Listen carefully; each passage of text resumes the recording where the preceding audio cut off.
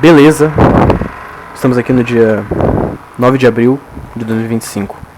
Estou estudando para Java, estou estudando bastante para Java. Eu estou fazendo esse vídeo agora, que eu até preparei um slide. Eu estou acompanhando meu estudo relacionado a Java e relacionado também à engenharia de software. Eu estou me baseando muito no livro Java como Programar do Paul Deitel. E nele eu estou aprendendo muita coisa relacionada à engenharia de software, tanto como encapsulamento, que é a mesma coisa que abstração. E o que é abstração? A abstração é essencial para o engenheiro de software e também para o programador, que é o que? E também o cientista da computação, em geral.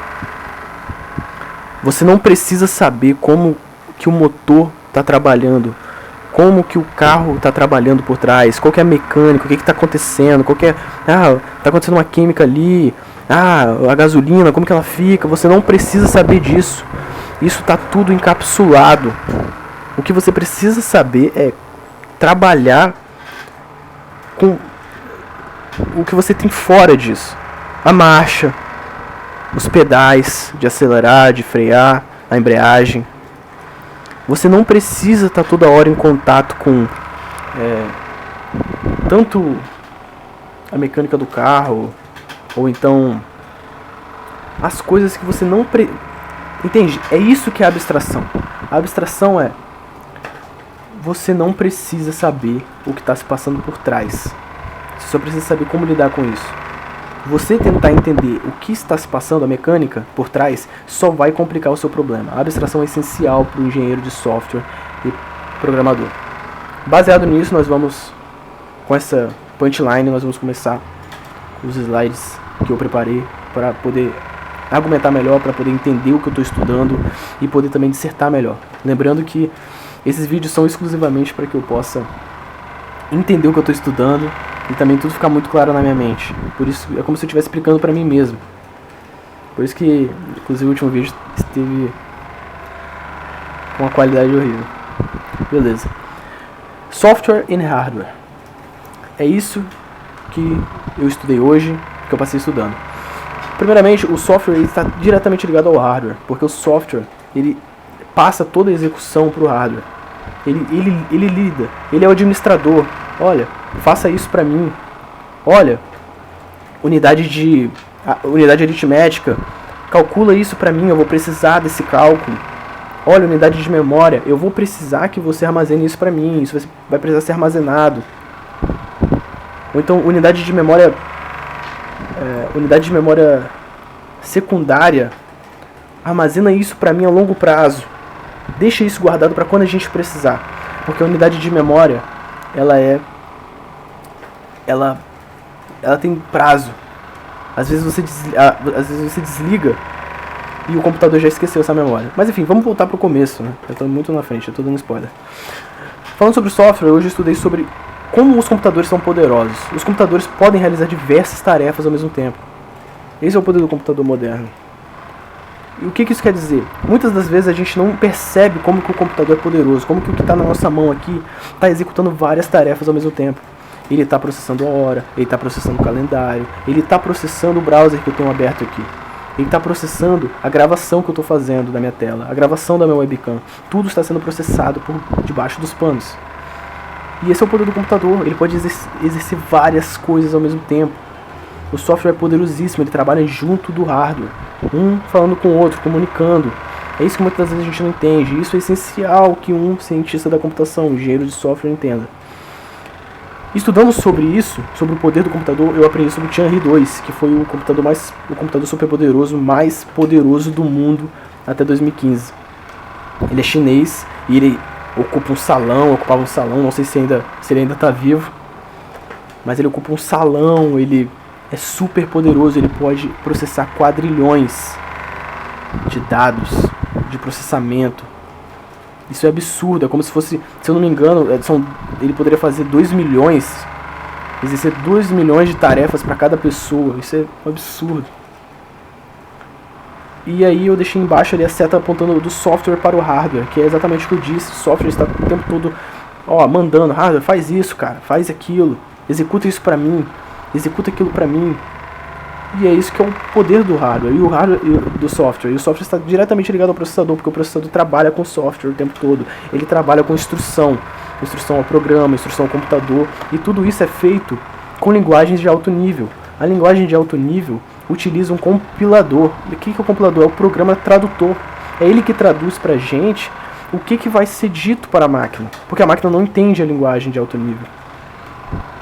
Claro, eu entendia anteriormente, quando era assembly, acho que mesmo assim não era, mas o compilador ele vai pegar essa linguagem de alto nível, ele vai traduzir pra gente, ele vai ser um intermediário, e ele vai traduzir o que está sendo dito para passar para a linguagem da máquina, para que ela possa entender. E nós, programadores, desenvolvedores, usamos essa linguagem de alto nível, que tem palavras em inglês que a gente consegue entender claramente, assim, até certo ponto, né?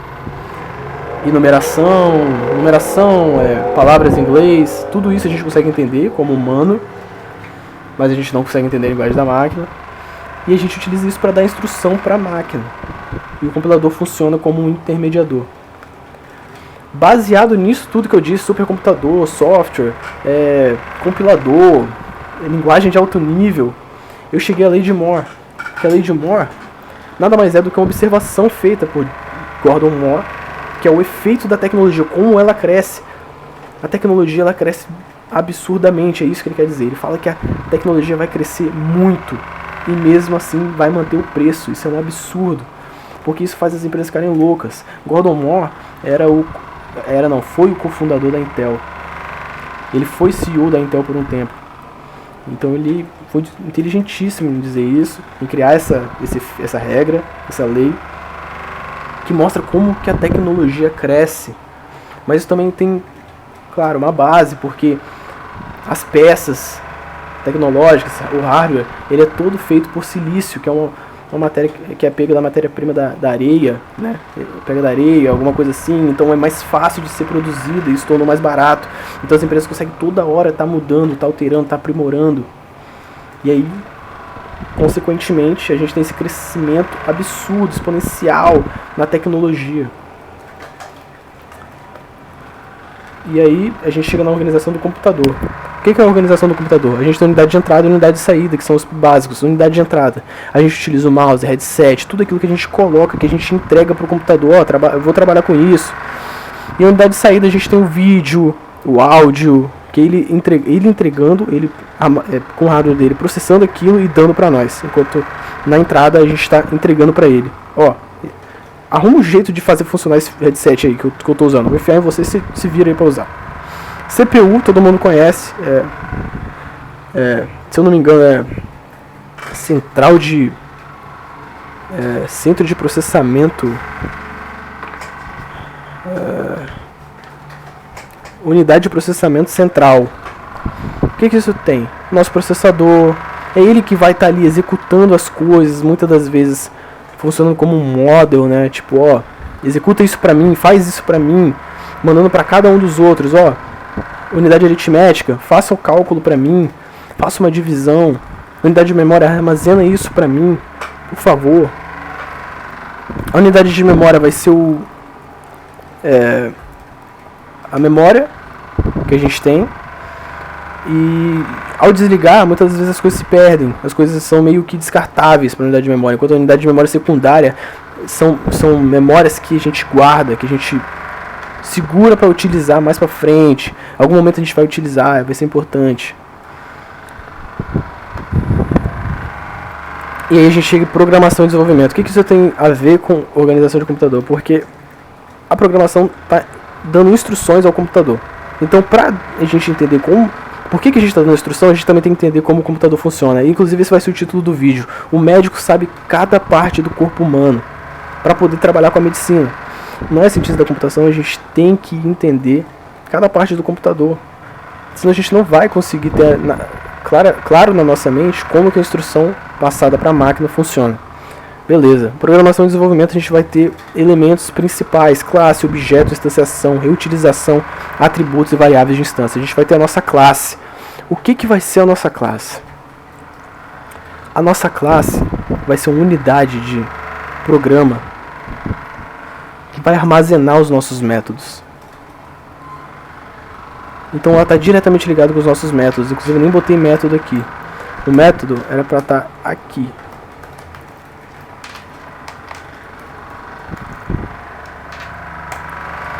O método é uma declaração que armazena um programa que executa uma tarefa. Então, como assim? A classe ela vai armazenar, pode armazenar vários métodos. A gente pode ter, por exemplo, uma classe banco. E aí a gente vai ter um método que vai ser fazer transação, fazer Pix, retirar dinheiro. E aí, a partir dessa classe, a gente consegue pegar essa classe para utilizá-la como objeto. Como que a gente faz isso?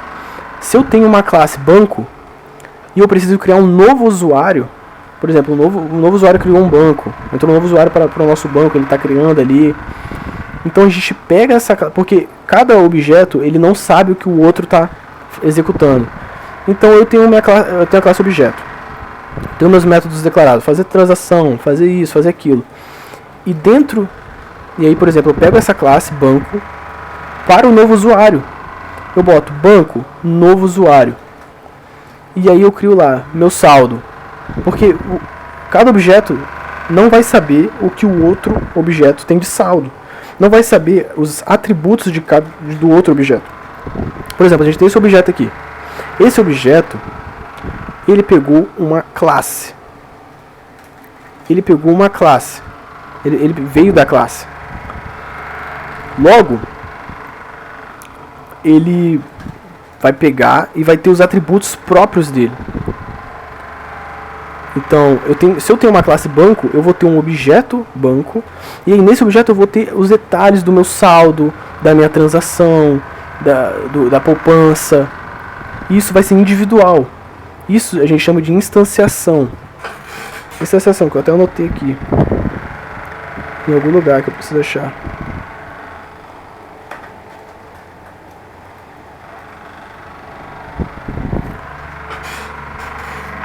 Instanciação. O que é instanciação?